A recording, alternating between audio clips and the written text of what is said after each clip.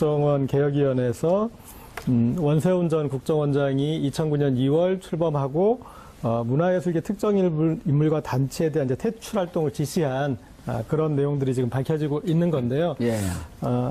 제가 좀 당시 좀 관련 자료들을 좀 찾아보다가 흥미로운 걸 발견했어요. 그러니까 결국은 청와대와 국정원의 이런 문화예술계 MB정부의 블랙리스트가 어떤 연관이 있느냐 하는 그런 문제지 않습니까? 예. 그런데 제가 이거는 있던 걸 발굴한 건데, 그러니까 이명박 정부 말기에 예. 진선미 의원이 지적을 했어요. 그러니까 문화 권력 균형화 전략이라고. 그러니까 이게 말하자면 좌파 청산 전략이에요. 그러니까 문화예술계의 좌파 청산 전략을 그 당시 2012년 말에 문제 제기를 했었는데, 문화 권력 균형화 전략. 네, 그 말은 전략? 균형을 맞추자는데 예. 지금 문화예술계가 좌파에 점령당해 있으니 빨리 저들을 몰아내고 빼앗자 하는 이제 그런 전략이 담긴 청와대 기획관리비서관실 보고서고요. 예. 이게 작성 시기가 2008년 8월 27일이에요.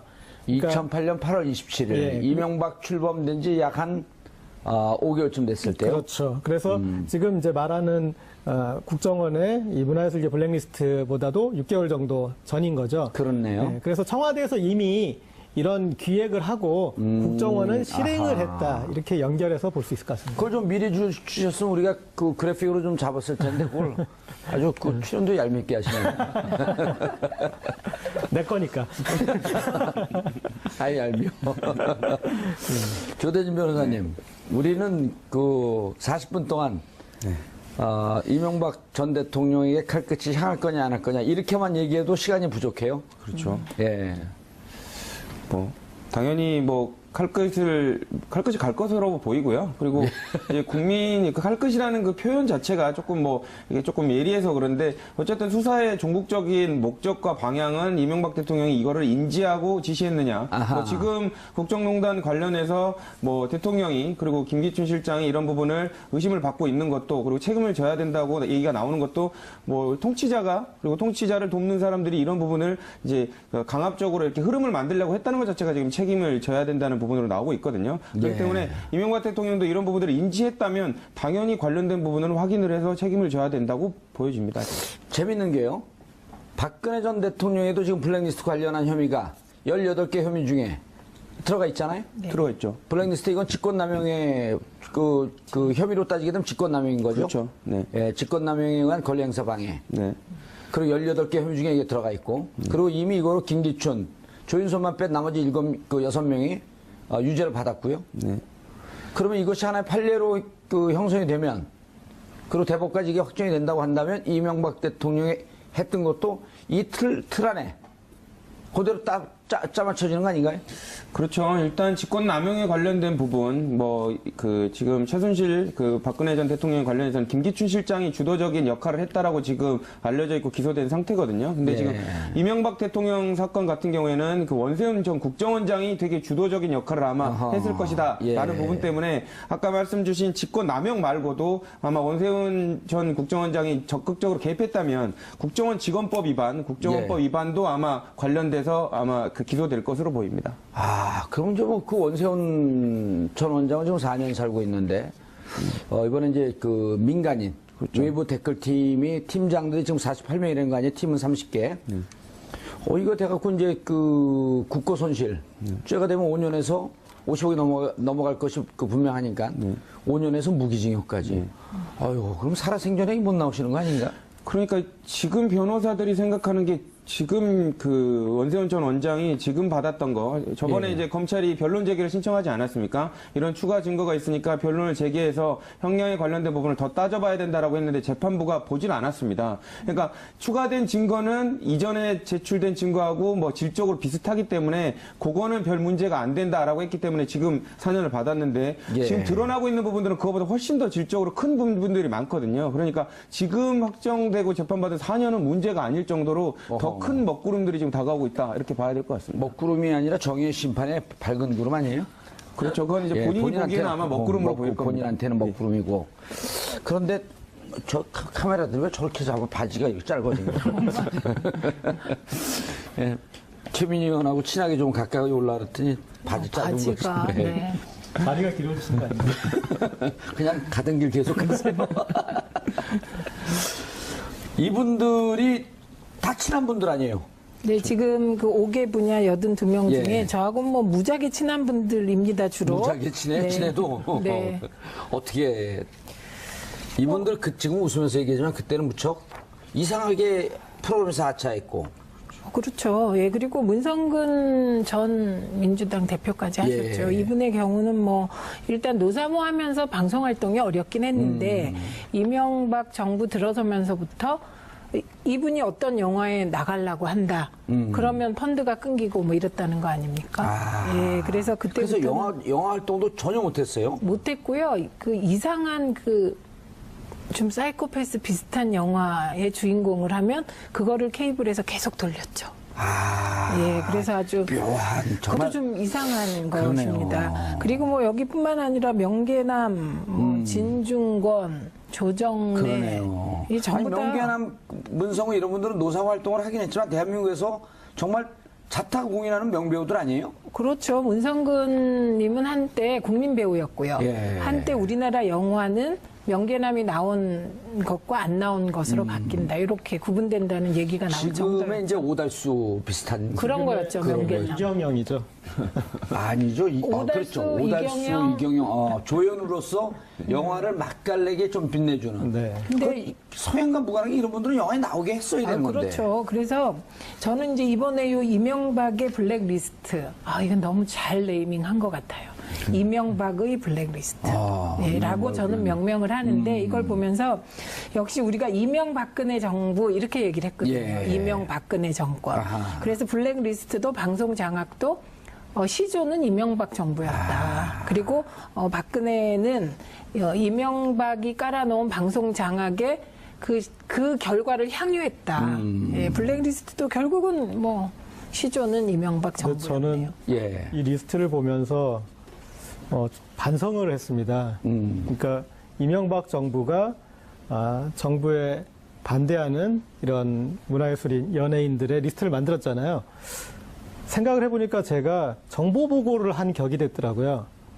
이분들의 활동에 대해서 당시에 제가 이제 소셜 테이너라는 말을 좀 만들어서 그러니까 사회 문제에 관심 있는 엔터테이너들을 소셜 테이너로 묶어서 숨은 활동을 하시는 분들까지 제가 취재를 해서 그분들의 이야기를 했는데 그거를 근거로 블랙리스트를 만들었다. 그렇죠. 이게 그런 것들을 참고해가지고 예. 뒤에서 이런 배우들이 암약을 하고 있구나. 그게 MB의 배우 조정이었다. 그렇죠. 예. 그때 배우 조정을 한 거예요, 고재열 기자가. 예, 소셜 테이너라는 그 말이 예. 그게 굉장히 신선해서 그럼요. 예, 새로운 신조어였습니다. 그걸 고재열 기자가 만들었나요? 네. 오. 그런데 이제 여기 보면 이제 좌파 연예인 꽤 인상적으로 다가왔었는데 소셜 네, 테이너가. 그때 그랬습니다. 예. 그런데 그 뒤에 이제 소셜 테이너 시대가 끝나고 네. 폴리 테이너 시대로 오면서 제가 1호였었잖아요. 가던 길 가시죠. 네, 우리 가던 길 가면 예. 왜 이제 원세훈 국정원이 좌파 연예인 대응 TF 이렇게 만들었다고 예. 했잖아요. 근데 이게 연예계만 그런 게 아니고요. 이명박 정부가 들어서서 하려고 했던 게 좌파 척결이었습니다. 네, 그래서 그때 지금은 뭐 거의 알려지고 그랬지만 저도 싹 제 뒤를 털려서 최근에 제가 이제 과거에 그때 민주 언론운동 하시고 그랬을 때 아니에요? 그리고서 방송위원회 부위원장을 했죠. 방통위원회인가 방송위원회인가? 그러니까 과거에는 방송위, 방송위원회. 지금은 방통위. 그래서 제 경우도 최근에 그 방송위에서 같이 일했던 그 방송위 예. 직원이 연락이 왔어요. 내가 그때는 당신한테 얘기 못했지만 이제는 얘기한다면서 저의 비리를 얘기하라고, 돈 받은 거 얘기하라고 자기가 검찰에 몇 번을 불러갔습니다. 이거를 이제서야 너한테 얘기한다. 왜냐하면 그때는 너무 이게 제가 좀 신경 쓰일까봐 얘기를 못했다. 그러니까 이게 저는 이제 근데 부위원장 비리가 없으신 분 아니에요? 안 나왔죠 하나도. 검찰 가서 그분이 그렇게 얘기했나? 이분은 최민희 씨야말로 명경지수다. 뭐 어쨌든 그래서 저는 뭐 드러난 게 없어요. 예. 1,800원 나왔는데 1,800원.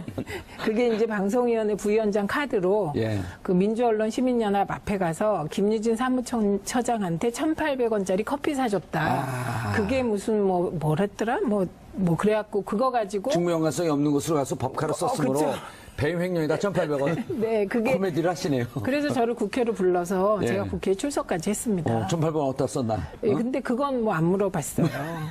그래서 그 당시 분위기가 예. 저가 그 정도였기 때문에 그때 정말 2008년 초에는 예. 그러니까 모두가 좌파였고 이전 정부에서 종사했던 사람은 그래서 대대적인 이렇게 얘기하면 그렇지만 소탕 작전이 벌어질 때라 그때 하도 닥달 당하던 공무원이 나는 영혼이 없다고 얘기할 정도였거든요. 예. 그래서 그 연장선상에서 연예인은 이제 리스트 만들었고 저는 이 리스트가 전 영역에 다 있었을 거라고 예. 봅니다. 그러니까 저게 그 문화 권력의 지형을 좀 그 균형 있게 만들겠다. 그러니까 이런 거거든. 좌파나 진보 진영이라고 얘기하지도 않고 이제 국민들이 우리 좌우 이제 컴플렉스가 있는 나라니까 좌파라고 네이밍을 딱 해놓는 순간 이것은 경우에 따라서는 북한 김정은 정권에 추종하는 빨갱이 세력이다라고 이렇게 몰기에 무척 편한 네이밍 아니에요? 좌파라고 하는 게. 예. 그렇죠. 예를 들어 그 민주 인사라든지 과거에는 무슨 제야 운동권 인사 이렇게 했단 말이에요.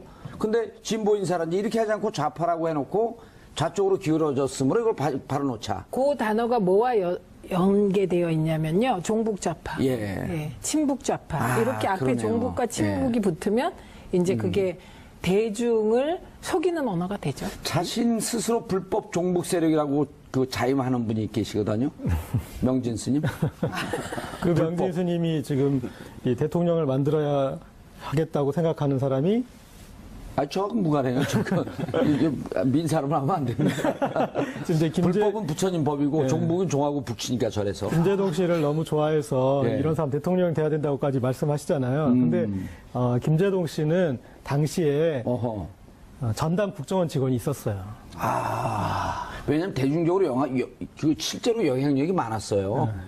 근데 그 이제 전담 국정원 직원이 김재동 씨한테 내가 당신을 맡긴 하는데 나도 당신의 팬이다. 근데 그 사람을 노무현입니다. 영화 대목의 대자비 같으네요, 일종의. 그래서 김재동 씨가 소주도 사주고 같이 얘기도 들어주고 그런 분이 나중에 대통령 되던데, 진짜. 명진 스님이 간파하신 거죠. 예. 근데 거기에 김민선 씨 나오잖아요. 네. 원래 이름이 원래 이름이 원래가 김민선이고요. 김민선. 그리고 지금 바꾼 게? 개명한 이름이 김규리인데 김민선 씨. 지금 이제 이분은 또 여배우의 그 불우함이 있습니다. 뭐냐면 지금 이 20대 후반에서 30대 중반까지의 나이잖아요. 예. 이명박근혜 시대가 여배우가 가장 전성기여야 될 시기에 그러네. 이렇게 잃어버린 거예요. 김민선 씨가 친구입니다. 친구예요? 네, 개인적으로 친구고 아까도 카톡 했는데요. 실검에 올랐다고 제가 얘기했는데 저도 했습니다. 실질적으로 되게 그 피해를 많이 본 거. 그러니까 본인은 그렇게 사적인 자리에서 얘기를 하는데요. 2012년 12월 19일 날 대선 그 문재인 대통령이 대통령 후보가 지고 네. 그날 김민선 씨의 행적을 아세요? 그건 모릅니다. 이태원의 모 식당에 와서 술을 마시다가 통곡을 하면서 너무 울어갖고 사람들이 말려갖고 그렇게 데리고 갔다는. 네. 그러니까 뭐가 본인이 하려고 하면 뭔가 자꾸 엉키고 안 되고 이런 부분들이 처음에는 자기 탓인 줄 알았는데 그게 아니라 그래서 이름까지 막 개명한 거예요. 그렇죠. 그래서 이게 이름을 안 되는 바꿨는데 거예요. 이름을 바꿨어요. 이게 너무 연기가 안 돼.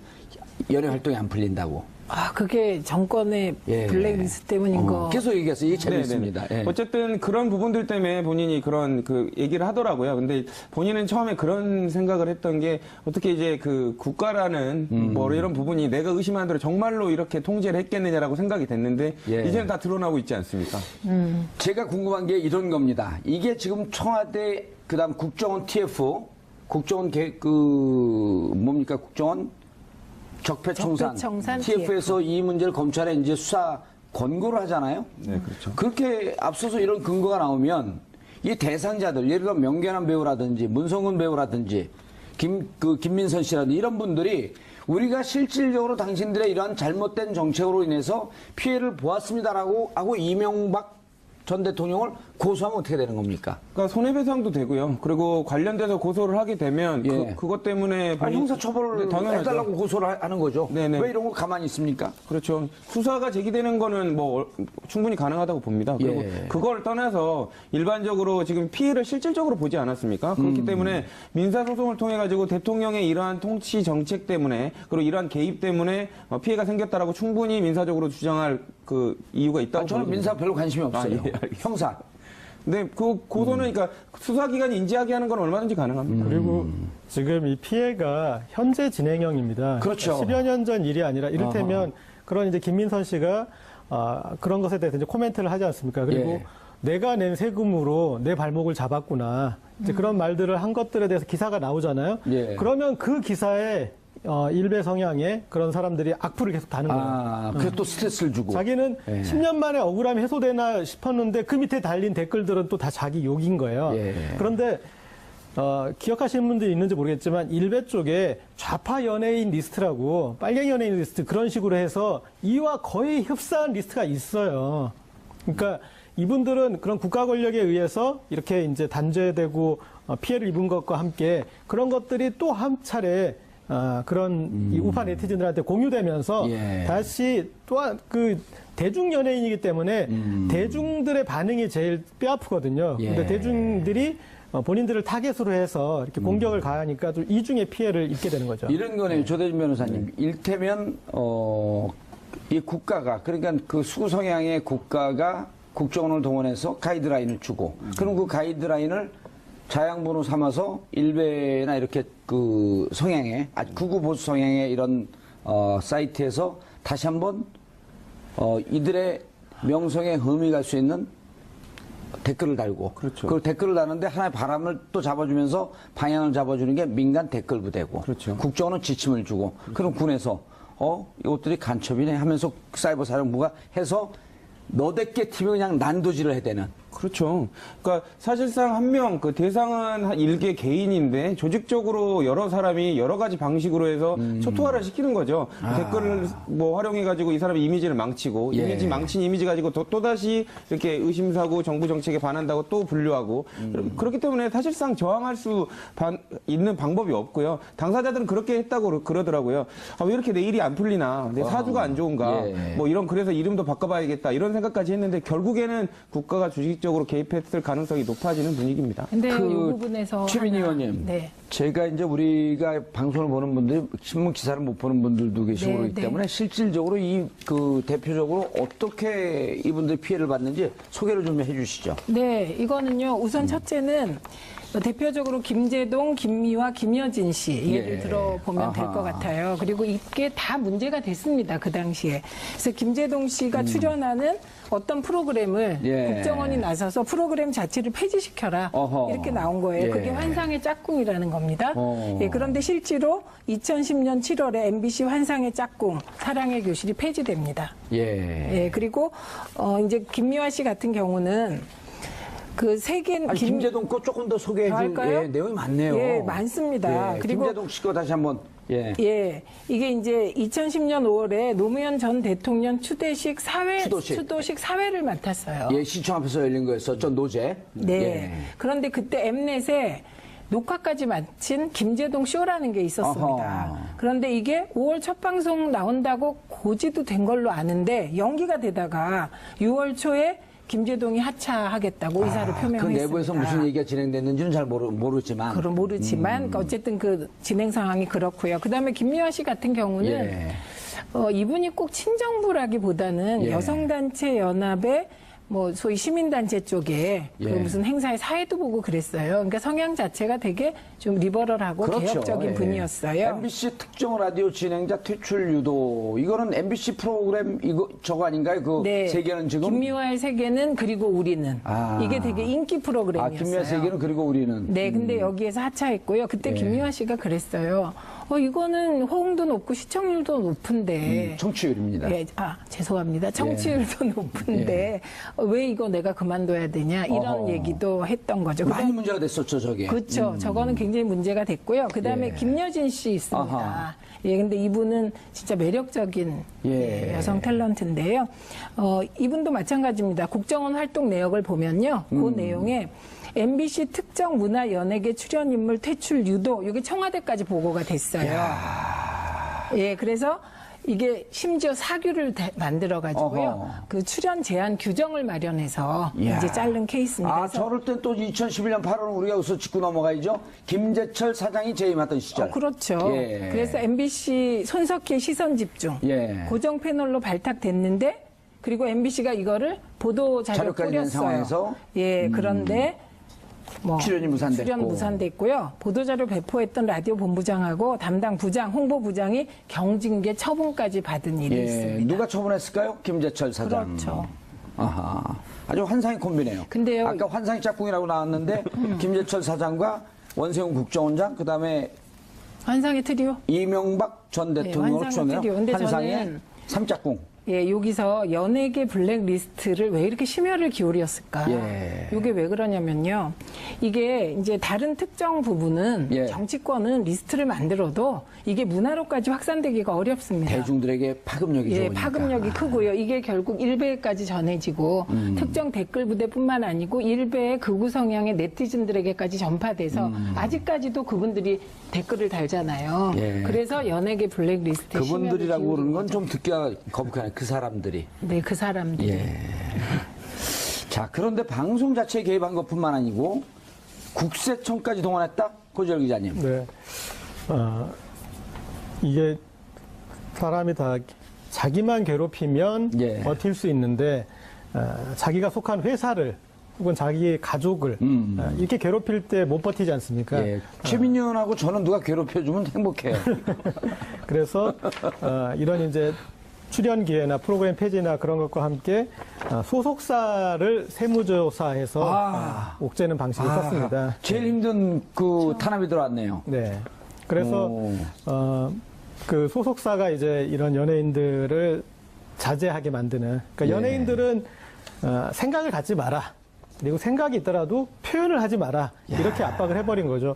이 이제 리스트 중에 이제 나중에 또 이렇게 드러난 분 중에 유중상 씨가 있는데 그분은 이런 사회활동이나 이런 걸 전혀 하지 않고 유준상 씨요? 예, 넝쿨당에 뮤지컬- 나왔던 그 유준상 네, 씨인가요? 그 배우인데 오. 이유가 뭐냐면 노무현 대통령 그 이제 검찰 조사 받고 그럴 때 대검찰청 게시판에다가 어허. 게시판에다 이렇게 항의글 하나 썼는데 그런 자기 의사 표현했던 것들이 나중에 이제 이런 그 리스트까지 오르게 되는 그런 일이 몰랐네요. 있었거든요. 아니, 유준상 씨는 2012년에 그, 누구죠? 그 여자 배우와 넝쿨체 굴러, 김남주 씨하고 함께 넝쿨체 굴러 들어온 당신. 넝쿨당. 그분 지금 조작에 나오는 분이죠? 네, 맞습니다. 예. 네, 어머. 아니, 제가, 그분이 대일외고 출신이에요. 그래서 제가 그 외고 폐지할 때 그분 생각이 늘 나고, 그 다음에 2012년에 그 감옥에서 그걸 틀어줘갖고 열심히 봤어요. 넝쿨당을. 예? 네. 어. 그때 근데, 넝쿨당. 근데 정말 사회활동을 안 하시던 분인데, 네. 댓글 하나 달았다고. 예. 오죽하면 뭐 신해유행 갈 때 너무 그 협찬이나 찬조를 많이 받았고 뭐 그 사람들한테 눈총이 있었다 뭐 이제 이런 헛소문인지 뭐 그 사실인지 모르겠는데 사회활동과 그렇게 전혀 무관하게 연예 활동만 열심히 하시던 분인데. 예. 정말 구석구석 잘하세요. 예.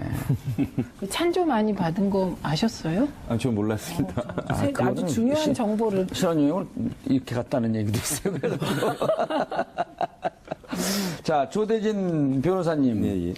한번 그 MB 정부의 국정원 문서 제목을 한번 좀 읽어봐 주시죠. 제목만 봐도 섬뜩섬뜩해요. 그렇죠. 근데 뭐 공통점은 딱 드러납니다. 뭐 일단 명의 자체는 거의 다 비서관, 수석들 뭐 이 위주로 작성이 됐고요. 2009년도 9월에는 그 제목이 기획관리 비서관 명의로 좌파 성향 감독들의 이념 편향적 영화 제작 실태 및 좌편향 방송 PD 주요 제작 활동 실태 야, 이거 이렇게 하고 대국민 있습니다. 그 무슨 군사 작전을 하는 것 같네요. 무슨 뭐 어디 심리 작전. 작전 계획 뭐 이런 것 같습니다. 그리고 작게 20일 뭐 이렇게 하고. 맞습니다. 그리고 2010년도 5월에는 홍보수석 명의로 나온 건데 거의 비슷합니다. KBS 공영방송인 KBS 조직 개편 관련한 좌편향 인사 여부, 그리고 2010년도에는 민정수석 명의로 좌편향 연예인들의 활동 실태, 그리고 고려 사항을 파악하라, 뭐 이런 제목으로 문서가 내려왔고요. 그리고 2010년 10월과 6월에도 각각 기획관리 비서관과 홍보수석 명의로 문화예술단체 내 좌파 인사 관리 방안, 그리고 예. 좌편향 성향 언론인 학자 연예인들이 진행하는 고정 프로그램이 뭔지 그 실태를 파악해라라는 정도의 내용까지 나온 상황입니다. 예. 최민희 의원님. 네. 자, 이게 블랙리스트인데요. 블랙리스트 하면 또 누구보다도 전문가시잖아요. 이게 저는 블랙리스트란 단어와 함께 대학교를 시작한 것 같아요. 예? 그때는 노동계 블랙리스트. 아, 근데 맞아요. 저는 지금 블랙리스트 나온 거 중에 제일 처절했던 게 노동계 블랙리스트 같고요. 예. 네, 그래서 그 단어는 뭐 저희에겐 좀 그렇죠. 아니, 그러니까 이 블랙리스트가 사실 원조가 네. 그 괴벨스 아닙니까? 아, 그렇죠. 예, 히틀러 시절에. 네, 그러니까 네. 인류상 다시 떠올리기 그 끔찍한 학살자. 히틀러의 2인자 괴벨스가 유태인 명단 작성하고 그리고 언론인 명단 작성하고 양심적 그 지식인들 명단 작성해서 네. 다 처형했던. 네. 그러니까 이게 지금은 처형할 수는 없지만 어쨌든 이분들의 활동을 옥죄서 자본의 흐름을 막아버린다라고 하는 것은 생활상의 사형 선고 처형과는 다름없는 거 아니에요? 사형 선고고요. 아까도 예. 잠깐 김규리 씨에 대해서 우리 고재열 기자가 말씀하셨듯이 9년 동안 활동을 못 한다는 건 연예인에게는 연예인들에게는. 사형 선고입니다. 그리고 가장 네, 그 황금기에 황금기에. 되게 그렇게 아하. 되거든요. 그러니까 나이로 따지면 지금 이제 문성근 님이 예. 그 조작에 나오잖아요. 예. 근데 9년을 지금 나이를 빼면 진짜 원숙한 연기를 할 때부터 못 나간 겁니다. 지금 9년을 빼면 조대진 변호사쯤 되지 않나요? 몇 년생이에요, 조대진 변호사가? 저는 39입니다. 39이에요? 네, 그럼 30 김기루 씨도 39이에요? 네, 동갑입니다. 오. 그리고 생일도 하루 차입니다. 8월 15일, 8월 16일. 그리고 더 끔찍한 게 있습니다. 예. 이렇게 이제 몇몇 연예인들이 정치적인 발언을 해서 블랙리스트라는 게 있을 것 같고, 그 다음에 출연을 못하게 되고 그러면 연예인 모두에게 파급 효과가 있습니다. 아, 그러네. 네, 네. 알아서 입을 다물게 네, 하고 네. 저 사람이 왜 그런지 쉬쉬하지만 다 내용은 알 거 아니에요. 알고 있고 그래서 그 영화계에서 그러면서 그런 그- 말이 있습니다. 영화계에는 문성근 효과라는 말이 있습니다. 모난 돌이 정맞으니까 그쵸. 우리 참고 살자. 네, 그래서 이거 이제 살짝 뒷얘기를 해드리면 예. 2012년에도 그렇고 2017년에도 그러고 이제 사실은 이제 선거 시기가 되면 문성근 효과. 그 연예인들에게 도움을 구하게 되잖아요. 예. 근데 가장 어려웠던 분야가 영화계였습니다. 그게 문성근 명계남 효과 때문에. 그래서 이제 블랙리스트를 만들고 그것으로 연예인을 옥죄는 거는요. 꼭 해당된 82명에게만 해당되는 게 아닙니다. 전 연예계를 전 연예인. 옥죄는 거다. 예. 국회의원들이 야당 시절에 국회의원 하셨잖아요. 네. 18, 19대, 지금 20대니까 그 8년 동안 정봉주 효과라고 하는 게 또 있었다고. 맞아요. 다른 소리 하면 저렇게 된다. 정마진이 그냥 조용히 입 다물고 가늘고 길게 살자. 그거와 연관해서 예. 생각해 보니까 제가 19대 이제 국회 들어가서 계속 언론 문제를 봤잖아요. 예. 아무도 같이 안 하시는 거예요. 그게 그 주위에서 그랬다면 정봉주처럼 된다. 네, 저한테. 방송인 될 거다. 그거? 근데 어쨌든 실제 정봉주 효과가 있었어요. 예, 있었어요. 예. 예, 있었고 방송에 대해서 제가 문제 제기할 때 사실은 원내대표 한 분이 저를 불러서 어느 선 이상까지 나가지 말라는 지금 생각하면 그게 레드라인이었던 것 같아요. 맞아요. 근데 예. 제가 과감하게 펄쩍 예. 그리고 그 영광의 낙선을 기꺼이 아. 받아들이고 다음에 또 꼭 돼요. 걱정하지 마세요. 예. 자, 고재열 기자님. 그런데 자, 이제 MB한테 갈 것이 가냐 안 가냐 뭐 갈 수밖에 없는 상황인데 또 오늘 그 시사인과 비슷한 노컷뉴스에서 노컷뉴스에서. 예. 아니, 그거 아주 기사 잘 쓰기로 유명한데요. 시사인도 그렇고 노컷뉴스도 그렇고 거기서 시사 노컷 뉴스에서. BBK의 실소유자인 듯한 그 자금의 흐름이 파악됐다고요? 예.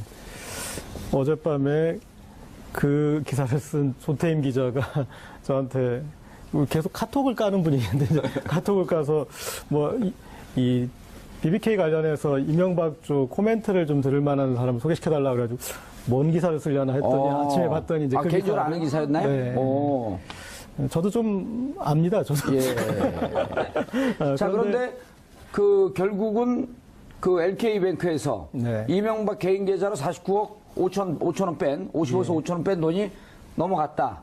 가장 중요한 것은 당시 수사 결과에서 검찰이 클리어를 해줬던 내용이라는 게 중요하죠. 그러니까 그때 검찰이 쉽게 얘기해서 말아드셨던. 그렇죠. 그러니까 파악을 못했다고 했다는 게 아니라 예. 그런 돈 없다고 그랬었는데 이제 그거 지적해갖고 감옥 간 사람이 있잖아요. 이분요. 제가 그거 똑같이 지금 지적한 거거든요. 예. 그러면 그 기사에 일베 성향의 그런 사람들이 악플을 계속 다는 거예요. 그래서 또 스트레스를 주고. 자기는 예. 10년 만에 억울함이 해소되나 싶었는데 그 밑에 달린 댓글들은 또 다 자기 욕인 거예요. 예. 그런데 기억하시는 분들이 있는지 모르겠지만 일베 쪽에 좌파 연예인 리스트라고 빨갱이 연예인 리스트 그런 식으로 해서 이와 거의 흡사한 리스트가 있어요. 그러니까 이분들은 그런 국가 권력에 의해서 이렇게 이제 단죄되고 피해를 입은 것과 함께 그런 것들이 또 한 차례 그런 이 우파 네티즌들한테 공유되면서 예. 다시 또한 그 대중 연예인이기 때문에 대중들의 반응이 제일 뼈아프거든요. 예. 근데 대중들이 본인들을 타겟으로 해서 이렇게 공격을 가하니까 좀 이중의 피해를 입게 되는 거죠. 이런 거네요, 조대준 변호사님. 일테면 이 국가가, 그러니까 그 수구 성향의 국가가 국정원을 동원해서 가이드라인을 주고, 그럼 그 가이드라인을 자양분으로 삼아서 일베나 이렇게 그 성향의, 아주 극우 보수 성향의 이런 사이트에서 다시 한번 이들의 명성에 흠이 갈 수 있는 댓글을 달고, 그렇죠. 그 댓글을 다는데 하나의 바람을 또 잡아주면서 방향을 잡아주는 게 민간 댓글 부대고, 그렇죠. 국정원은 지침을 주고, 그럼 군에서 이것들이 간첩이네 하면서 사이버 사령부가 해서 너댓게 팀이 그냥 난도질을 해대는. 그렇죠. 그러니까 사실상 한 명, 그 대상은 한 일개 개인인데 조직적으로 여러 사람이 여러 가지 방식으로 해서 초토화를 시키는 거죠. 댓글을 뭐 활용해가지고 이 사람의 이미지를 망치고, 예. 이미지 망친 이미지 가지고 또다시 이렇게 의심사고 정부 정책에 반한다고 또 분류하고, 그렇기 때문에 사실상 저항할 수 있는 방법이 없고요. 당사자들은 그렇게 했다고 그러더라고요. 왜 이렇게 내 일이 안 풀리나, 내 사주가 안 좋은가, 예. 뭐 이런, 그래서 이름도 바꿔봐야겠다 이런 생각까지 했는데 결국에는 국가가 주식적으로 개입했을 가능성이 높아지는 분위기입니다. 근데 이 그 부분에서 최민희 하나, 의원님, 네. 제가 이제 우리가 방송을 보는 분들이 신문 기사를 못 보는 분들도 계시고 네, 그렇기 네. 때문에 실질적으로 이 그 대표적으로 어떻게 이분들이 피해를 받는지 소개를 좀 해주시죠. 네, 이거는요. 우선 첫째는 대표적으로 김제동, 김미화, 김여진 씨 예를 예. 들어보면 될 아하. 것 같아요. 그리고 이게 다 문제가 됐습니다. 그 당시에. 그래서 김제동 씨가 출연하는 어떤 프로그램을 예. 국정원이 나서서 프로그램 자체를 폐지시켜라. 어허. 이렇게 나온 거예요. 예. 그게 환상의 짝꿍이라는 겁니다. 어. 예, 그런데 실제로 2010년 7월에 MBC 환상의 짝꿍 사랑의 교실이 폐지됩니다. 예. 예, 그리고 이제 김미화 씨 같은 경우는 그 세계 아니, 김제동 거 조금 더 소개해 줄 할까요? 내용이 많네요. 예, 많습니다. 예, 그리고 김제동 씨 거 다시 한번. 예. 예, 이게 이제 2010년 5월에 노무현 전 대통령 추도식 사회를 맡았어요. 예, 시청 앞에서 열린 거였었죠, 노제. 네. 예. 그런데 그때 엠넷에 녹화까지 마친 김제동 쇼라는 게 있었습니다. 어허. 그런데 이게 5월 첫 방송 나온다고 고지도 된 걸로 아는데 연기가 되다가 6월 초에 김제동이 하차하겠다고 의사를 그 표명했습니다. 내부에서 무슨 얘기가 진행됐는지는 잘 모르지만. 그럼 모르지만 어쨌든 그 진행 상황이 그렇고요. 그다음에 김미화 씨 같은 경우는 예. 이분이 꼭 친정부라기보다는 예. 여성단체 연합의 뭐 소위 시민단체 쪽에 그 예. 무슨 행사에 사회도 보고 그랬어요. 그러니까 성향 자체가 되게 좀 리버럴하고 그렇죠. 개혁적인 예. 분이었어요. MBC 특정 라디오 진행자 퇴출 유도. 이거는 MBC 프로그램 저거 아닌가요? 그 세계는 지금. 김미화의 세계는 그리고 우리는 아. 이게 되게 인기 프로그램이었어요. 김미화 세계는 그리고 우리는. 네, 근데 여기에서 하차했고요. 그때 예. 김미화 씨가 그랬어요. 이거는 호응도 높고 시청률도 높은데. 청취율입니다. 예, 죄송합니다. 청취율도 높은데 왜 이거 내가 그만둬야 되냐 이런 어허. 얘기도 했던 거죠. 많이 문제가 됐었죠, 저게. 그렇죠. 저거는 굉장히 문제가 됐고요. 그다음에 예. 김여진 씨 있습니다. 아하. 예, 근데 이분은 진짜 매력적인 예. 여성 탤런트인데요. 이분도 마찬가지입니다. 국정원 활동 내역을 보면요. 그 내용에 MBC 특정 문화 연예계 출연 인물 퇴출 유도 이게 청와대까지 보고가 됐어요. 예, 그래서 이게 심지어 사규를 만들어 가지고요. 어허. 그 출연 제한 규정을 마련해서 이야. 이제 자른 케이스입니다. 그래서 저럴 땐 또 2011년 8월 우리가 여기서 짚고 넘어가야죠. 김재철 사장이 재임하던 시절. 그렇죠. 예. 그래서 MBC 손석희 시선 집중 예. 고정 패널로 발탁됐는데 그리고 MBC가 이거를 보도 자료 자료까지 낸 뿌렸어요. 상황에서? 예, 그런데 뭐 출연이 무산됐고. 출연 무산됐고요. 보도자료 배포했던 라디오 본부장하고 담당 부장, 홍보부장이 경징계 처분까지 받은 일이 예. 있습니다. 누가 처분했을까요? 김재철 사장. 그렇죠. 아하. 아주 환상의 콤비네요. 근데요. 아까 환상의 짝꿍이라고 나왔는데 김재철 사장과 원세훈 국정원장 그다음에 환상의 트리오? 이명박 전 대통령을 환상의 추천해요. 트리오. 근데 환상의 저는- 삼짝꿍. 예, 여기서 국정원 개혁위원회에서 원세훈 전 국정원장이 2009년 2월 출범하고 문화예술계 특정 인물과 단체에 대한 이제 퇴출 활동을 지시한 그런 내용들이 지금 밝혀지고 있는 건데요. 예. 제가 좀 당시 좀 관련 자료들을 좀 찾아보다가 흥미로운 걸 발견했어요. 그러니까 어허. 결국은 청와대와 국정원의 이런 문화예술계 MB정부의 블랙리스트가 어떤 연관이 있느냐 하는 그런 문제지 않습니까? 예. 그런데 제가 이거는 있던 걸 발굴한 건데, 그러니까 이명박 정부 말기에 예. 진선미 의원이 지적을 했어요. 그러니까 문화 권력 균형화 전략이라고. 그러니까 이게 말하자면 좌파 청산 전략이에요. 그러니까 오. 문화예술계의 좌파 청산 전략을 그 당시 2012년 말에 문제 제기를 했었는데, 문화 권력 균형화 전략. 네. 그 말은 전략. 균형을 맞추자는데, 예. 지금 문화예술계가 좌파에 점령당해 있으니 빨리 저들을 몰아내고 빼앗자 하는 이제 그런 전략이 담긴 청와대 기획관리비서관실 보고서고요. 예. 이게 작성 시기가 2008년 8월 27일이에요.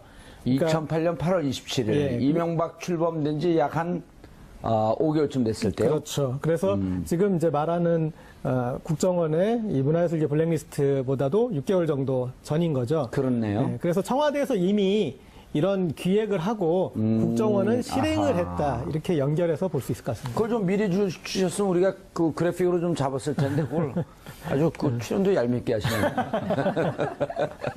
내 거니까. 아이 얄미워.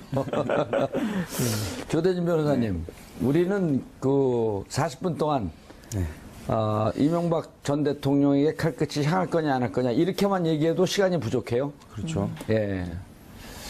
뭐 당연히 뭐 칼끝이 갈 것으로 보이고요. 그리고 이제 국민이 그 칼끝이라는 그 표현 자체가 조금 뭐 이게 조금 예리해서 그런데 어쨌든 수사의 종국적인 목적과 방향은 이명박 대통령이 이거를 인지하고 지시했느냐. 아하. 뭐 지금 국정농단 관련해서 뭐 대통령이 그리고 김기춘 실장이 이런 부분을 의심을 받고 있는 것도 그리고 책임을 져야 된다고 얘기가 나오는 것도 뭐 통치자가 그리고 통치자를 돕는 사람들이 이런 부분을 이제 강압적으로 이렇게 흐름을 만들려고 했다는 것 자체가 지금 책임을 져야 된다는 부분으로 나오고 있거든요. 그렇기 예. 때문에 이명박 대통령도 이런 부분들을 인지했다면 당연히 관련된 부분은 확인을 해서 책임을 져야 된다고 보여집니다. 재밌는 게요. 박근혜 전 대통령에도 지금 블랙리스트 관련한 혐의가 18개 혐의 중에 들어가 있잖아요. 들어가 있죠. 블랙리스트 이건 직권남용의 그 혐의로 따지게 되면 직권남용인 거죠. 그렇죠. 네. 예, 직권남용에 의한 권리행사 방해. 네. 그리고 18개 혐의 중에 이게 들어가 있고. 그리고 이미 이거로 김기춘, 조윤선만 뺀 나머지 6명이 유죄를 받았고요. 네. 그러면 이것이 하나의 판례로 그 형성이 되면 그리고 대법까지 이게 확정이 된다고 한다면 이명박 대통령이 했던 것도 이 틀 안에 그대로 짜맞춰지는 거 아닌가요? 그렇죠. 일단 직권남용에 관련된 부분, 뭐, 지금 최순실, 박근혜 전 대통령 관련해서는 김기춘 실장이 주도적인 역할을 했다라고 지금 알려져 있고 기소된 상태거든요. 근데 네. 지금 이명박 대통령 사건 같은 경우에는 그 원세훈 전 국정원장이 되게 주도적인 역할을 아마 아하. 했을 것이다. 예. 라는 부분 때문에 아까 말씀 주신 직권남용 말고도 아마 원세훈 전 국정원장이 적극적으로 개입했다면 국정원 직원법 위반, 국정원법 예. 위반도 아마 관련돼서 아마 기소될 것으로 보입니다. 그럼 이제 뭐 그 원세훈 전 원장은 지금 4년 살고 있는데, 이번에 이제 그 민간인, 외부 댓글팀이 팀장들이 지금 48명이라는 거 아니에요? 팀은 30개. 이거 돼갖고 이제 그 국고 손실. 죄가 되면 5년에서 50억이 넘어갈 것이 그 분명하니까 5년에서 무기징역까지. 아유, 그럼 살아생전에 못 나오시는 거 아닌가? 그러니까 지금 변호사들이 생각하는 게 지금 그 원세훈 전 원장이 지금 받았던 거 저번에 예. 이제 검찰이 변론 제기를 신청하지 않았습니까? 이런 추가 증거가 있으니까 변론을 제기해서 형량에 관련된 부분을 더 따져봐야 된다라고 했는데 재판부가 보질 않았습니다. 그러니까 추가된 증거는 이전에 제출된 증거하고 뭐 질적으로 비슷하기 때문에 그거는 별 문제가 안 된다라고 했기 때문에 지금 4년을 받았는데 예. 지금 드러나고 있는 부분들은 그거보다 훨씬 더 질적으로 큰 부분들이 많거든요. 그러니까 지금 확정되고 재판받은 4년은 문제가 아닐 정도로 더 큰 먹구름들이 지금 다가오고 있다. 이렇게 봐야 될 것 같습니다. 먹구름이 아니라 정의의 심판의 밝은 구름 아니에요? 그렇죠. 그건 이제 본인이 보기에는 아마 먹구름으로 보일 겁니다. 본인한테는 먹구름이고. 그런데 저 카메라들 왜 저렇게 잡아 바지가 이렇게 짧아진 거야? 예. 최민희 의원하고 친하게 좀 가까이 올라갔더니 바지 짧은 거 바지가, 있는데. 네. 다리가 길어지신 거 아니에요? 그냥 가던 길 계속 가세요. 연예계 블랙리스트를 왜 이렇게 심혈을 기울였을까? 예. 이게 왜 그러냐면요. 이게 이제 다른 특정 부분은 예. 정치권은 리스트를 만들어도 이게 문화로까지 확산되기가 어렵습니다. 대중들에게 파급력이 예, 좋으니까. 파급력이 크고요. 이게 결국 일베까지 전해지고 특정 댓글 부대뿐만 아니고 일베의 극우 성향의 네티즌들에게까지 전파돼서 아직까지도 그분들이 댓글을 달잖아요. 예. 그래서 연예계 블랙리스트에 그분들이라고 그러는 건 좀 듣기가 거북하네. 그 사람들이. 네, 그 사람들이. 예. 자, 그런데 방송 자체에 개입한 것뿐만 아니고 국세청까지 동원했다? 고지열 기자님. 네. 이게 사람이 다 자기만 괴롭히면 예. 버틸 수 있는데 자기가 속한 회사를 혹은 자기의 가족을 이렇게 괴롭힐 때 못 버티지 않습니까? 예. 최민희 의원하고 저는 누가 괴롭혀주면 행복해요. 그래서 이런 이제 출연 기회나 프로그램 폐지나 그런 것과 함께 소속사를 세무조사해서 옥죄는 방식을 썼습니다. 제일 힘든 그 탄압이 들어왔네요. 네. 그래서 그 소속사가 이제 이런 연예인들을 자제하게 만드는. 그러니까 예. 연예인들은 생각을 갖지 마라. 그리고 생각이 있더라도 표현을 하지 마라. 이렇게 압박을 해버린 거죠. 이 이제 리스트 중에 이제 나중에 또 이렇게 드러난 분 중에 유준상 씨가 있는데 그분은 이런 사회활동이나 이런 걸 전혀 하지 않고 유준상 씨요? 예, 넝쿨당에 뮤지컬- 나왔던 그 유준상 네, 씨인가요? 그 배우인데 오. 이유가 뭐냐면 노무현 대통령 그 이제 검찰 조사 받고 그럴 때 대검찰청 게시판에다가 어허. 게시판에다 이렇게 항의글 하나 썼는데 그런 자기 의사 표현했던 것들이 나중에 이제 이런 그 리스트까지 오르게 되는 그런 좀 일이 몰랐네요. 있었거든요. 아니, 유준상 씨는 2012년에 그, 누구죠? 그 여자 배우와 넝쿨채 굴러, 김남주 씨하고 함께 넝쿨채 굴러 들어온 당신. 넝쿨당. 그분 지금 조작에 나오는 분이죠? 네, 맞습니다. 예. 네, 어머. 아니, 제가, 그분이 대일외고 출신이에요. 그래서 제가 그 외고 폐지할 때 그분 생각이 늘 나고, 그 다음에 2012년에 그 감옥에서 그걸 틀어줘갖고 열심히 봤어요. 넝쿨당을. 예? 네. 어. 그때 근데, 넝쿨당. 근데 정말 사회활동을 안 하시던 분인데, 네. 댓글 하나 달았다고. 예.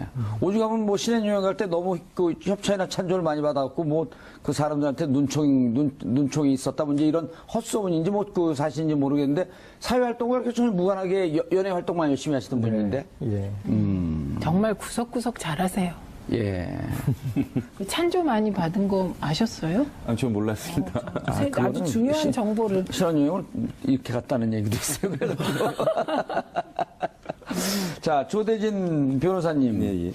한번 그 MB 정부의 국정원 문서 제목을 한번 좀 읽어봐 주시죠. 제목만 봐도 섬뜩섬뜩해요. 그렇죠. 근데 뭐 공통점은 딱 드러납니다. 뭐 일단 명의 자체는 거의 다 비서관, 수석들 뭐 이 위주로 작성이 됐고요. 2009년도 9월에는 그 제목이 기획관리 비서관 명의로 좌파 성향 감독들의 이념 편향적 영화 제작 실태 및 좌편향 방송 PD 주요 제작 활동 실태 야, 이거 이렇게 하고 대국민 있습니다. 무슨 군사작전을 하는 것 같네요. 무슨 뭐 어디 심리작전. 작전 계획 뭐 이런 것 같습니다. 그리고 작게 20일 뭐 이렇게 하고. 맞습니다. 그리고 2010년도 5월에는 홍보수석 명의로 나온 건데 거의 비슷합니다.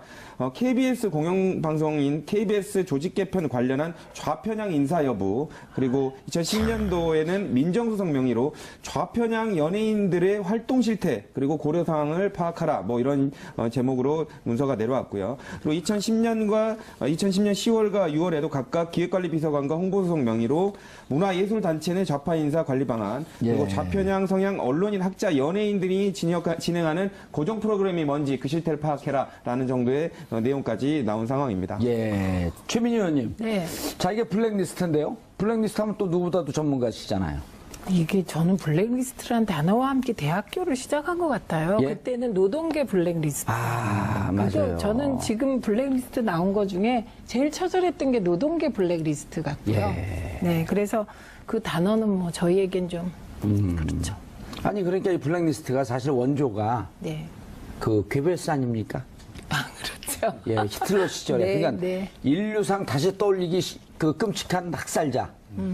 히틀러의 2인자 괴벨스가 유태인 명단 작성하고, 그리고 언론인 명단 작성하고, 양심적 그 지식인들 명단 작성해서 네. 다 처형했던. 네. 그러니까 이게 지금은 처형할 수는 없지만 어쨌든 이분들의 활동을 옥죄서 자본의 흐름을 막아버린다라고 하는 것은 생활상의 사형 선고 처한과는 다름없는 거 아니에요?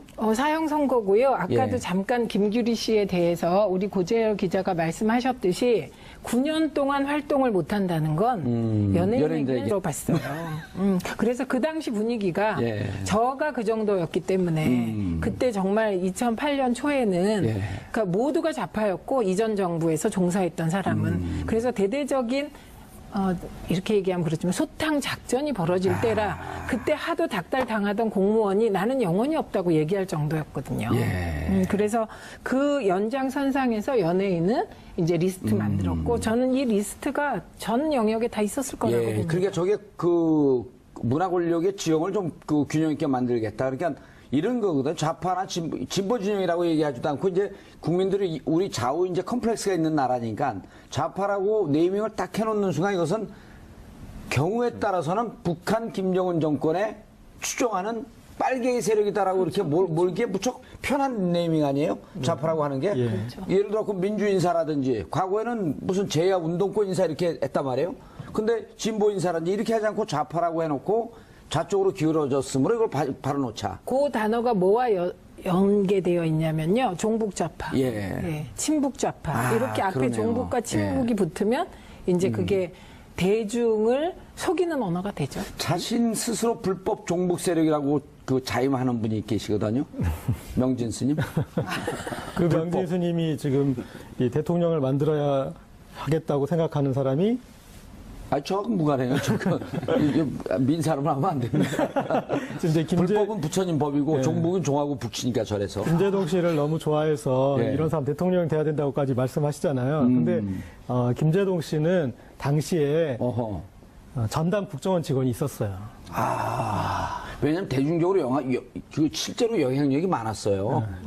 근데 그 이제 전담 국정원 직원이 김재동 씨한테 내가 당신을 맡긴 하는데 나도 당신의 팬이다. 근데 그 사람을 노무현입니다. 네. 영화 대목의 대자비 같으네요, 일종의. 그래서 김재동 씨가 소주도 사주고 같이 얘기도 들어주고 그런 분이 나중에 대통령 되던데, 진짜.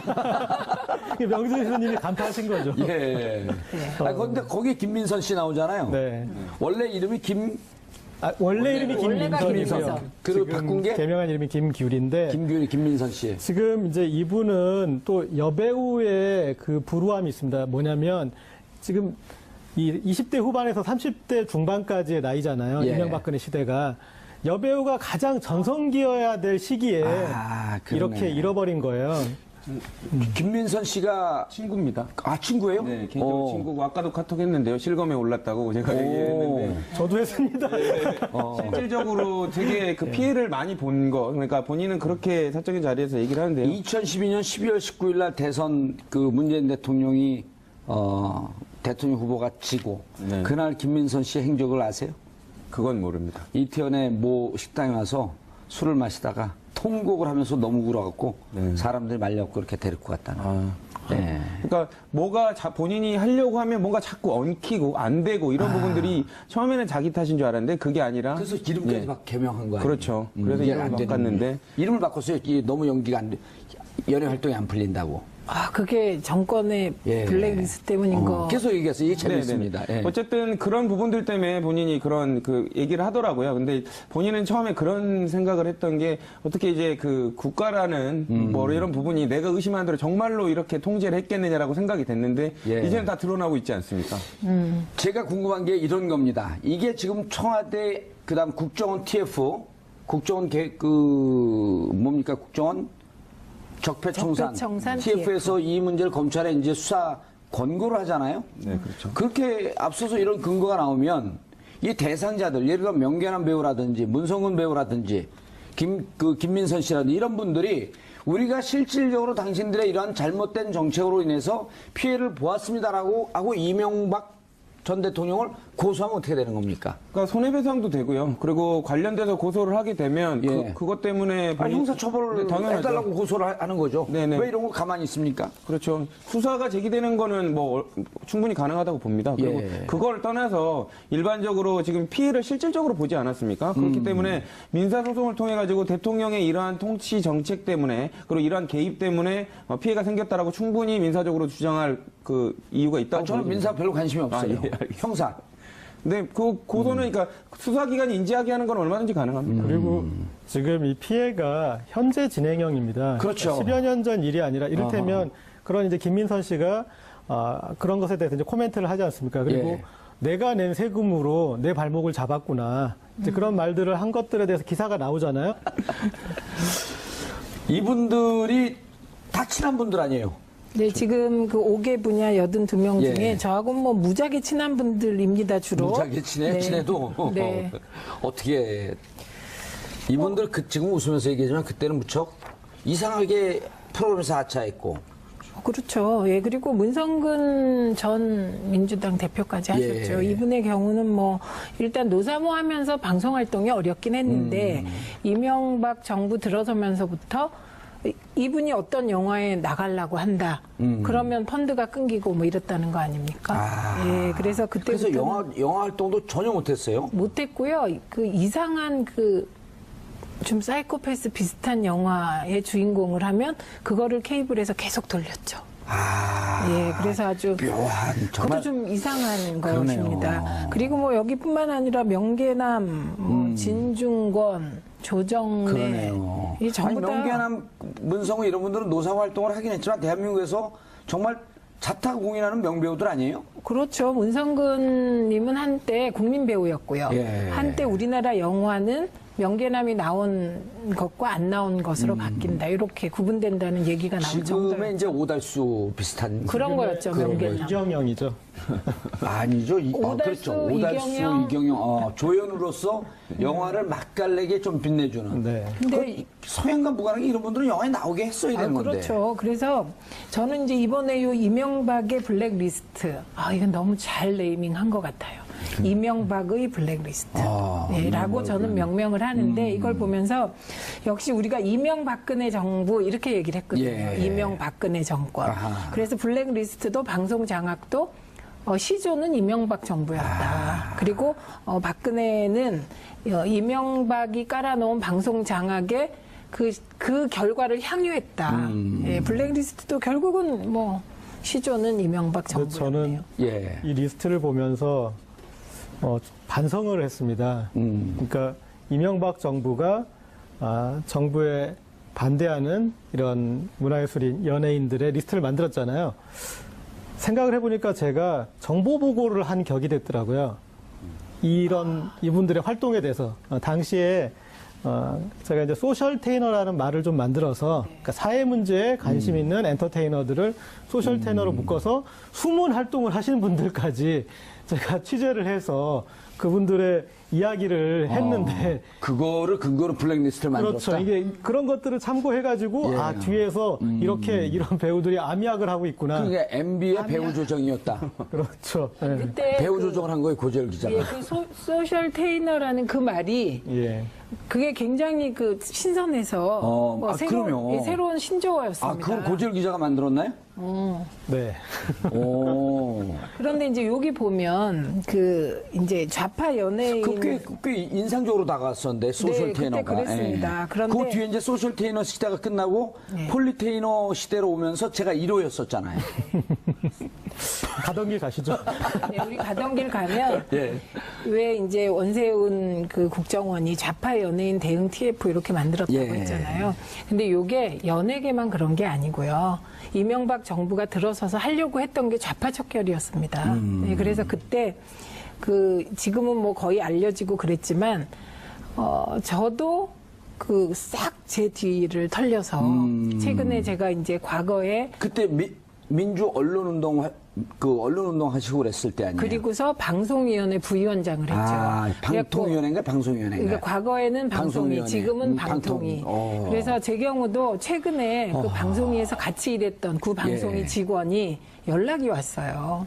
내가 그때는 당신한테 얘기 못했지만 이제는 얘기한다면서 저의 비리를 얘기하라고 돈 받은 거 얘기하라고 자기가 검찰에 몇 번을 불러갔었다. 이거를 이제서야 너한테 얘기한다. 왜냐하면 그때는 너무 이게 제가 좀 신경 쓰일까봐 얘기를 못했다. 그러니까 이게 저는 이제 근데 부위원장 비리가 없으신 분 아니에요? 안 나왔죠 하나도. 검찰 가서 그분이 그렇게 얘기했나? 이분은 최민희 씨야말로 명경지수다. 뭐 어쨌든 그래서 저는 뭐 드러난 게 없어요. 예. 1,800원 나왔는데 1,800원? 그게 이제 방송위원회 부위원장 카드로 예. 그 민주언론 시민연합 앞에 가서 김유진 사무처장한테 1,800원짜리 커피 사줬다. 그게 무슨 뭐랬더라? 뭐 그래갖고 그거 가지고 직무연관성이 없는 곳으로 가서 법카로 썼으므로 그쵸. 배임 횡령이다 1,800원. 네, 그게 코미디를 하시네요. 그래서 저를 국회로 불러서 예. 제가 국회에 출석까지 했습니다. 1,800원 어디다 썼나? 예, 근데 그건 뭐 안